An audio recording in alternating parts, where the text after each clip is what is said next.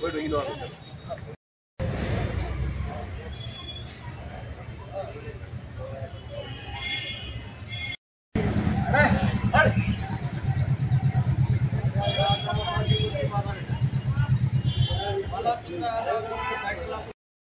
धुळे तालुक्याचे senior P I अभिषेक पाटील यांना अशी एक इन्फॉर्मेशन मिळाली होती की ज्या ज्या अशा भाड्याने गाड्या देतात परंतु ड्रायव्हर देत नाही, नुसत्या गाड्या भाड्याने देण्याची अशा अनेक कंपन्या असतात। त्याच्यामुळे अशी एक बातमी मिळाली होती की या कंपन्यांकडनं भाड्याने गाड्या विदाऊट ड्रायव्हर घ्यायच्या आणि त्या परस्पर त्यांची विक्री करायची।